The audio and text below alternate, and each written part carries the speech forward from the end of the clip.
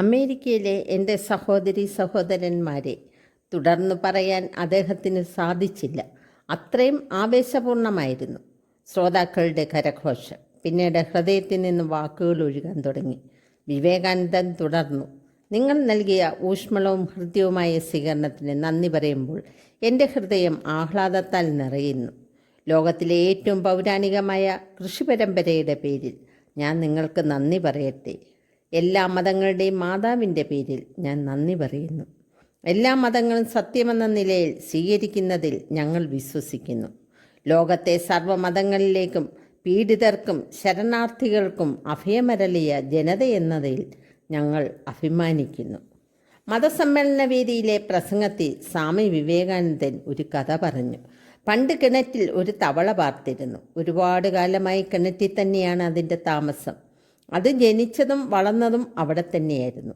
ഒരു ദിവസം കടലിൽ ജനിച്ചു വളർന്ന തവള ഈ കിണറ്റിൽ വന്നുവിട്ടു. കിണറ്റിലെ തവള ചോദിച്ചു, നീ എവിടുന്നാ? ഞാൻ കടലിൽ നിന്ന്. കടലോ? അതെത്ര വലിപ്പം കാണും? എൻ്റെ ഈ കിണറോളം വലുതാണോ നിൻ്റെ കടൽ? കിണറിൻ്റെ ഒരറ്റത്തിൽ നിന്നും മറ്റേ അറ്റത്തേക്ക് ചാടിക്കൊണ്ട് തവള ചോദിച്ചു.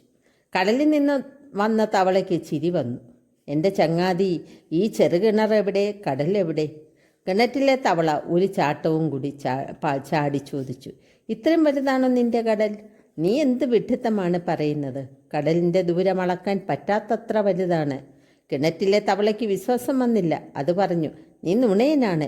എൻ്റെ കിണറോളം വലിപ്പം ഒന്നിനും കാണില്ല. പോയി ഇവിടുന്ന്, നുണയൻ. കഥ പറഞ്ഞിട്ട് വിവേകാനന്ദൻ തുടർന്നു. ഞാൻ എൻ്റെ വിശ്വാസത്തിൻ്റെ ഈ കൊച്ചു കിണറ്റിലിരുന്ന് ഇതാണ് ലോകമെന്ന് കരുതുന്നു. ഇതുപോലെ ഓരോ മതവിശ്വാസിയും അവൻ്റെ കിണറ്റിലിരുന്ന് അതാണ് എല്ലാമെന്നും കരുതുന്നു. ഈ കൊച്ചു ലോകങ്ങളുടെ അതിരുകൾ തകർക്കാൻ കാട്ടിയ മഹത്തായ ശ്രമത്തിന് ഞാൻ അമേരിക്കക്കാരായ നിങ്ങൾക്ക് നന്ദി പറയുന്നു. ലക്ഷ്യം നേടാൻ ദൈവം സഹായിക്കട്ടെ എന്ന് ഞാൻ പ്രതീക്ഷിക്കുന്നു. ലോകത്തെ എല്ലാ മതങ്ങളും നന്മയിലേക്കും ഈശ്വരനിലേക്കുമുള്ള വഴിയാണെന്നും മതങ്ങൾ തമ്മിലുള്ള സംഘർഷങ്ങൾ അനാവശ്യമാണെന്നുമുള്ള മഹത്തായ സന്ദേശം കഥയിലൂടെ വിവരിക്കുകയായിരുന്നു സ്വാമി വിവേകാനന്ദൻ. ഈ വീഡിയോ ഇഷ്ടപ്പെട്ടെങ്കിൽ ഷെയറും ലൈക്കും ചെയ്യുമല്ലോ.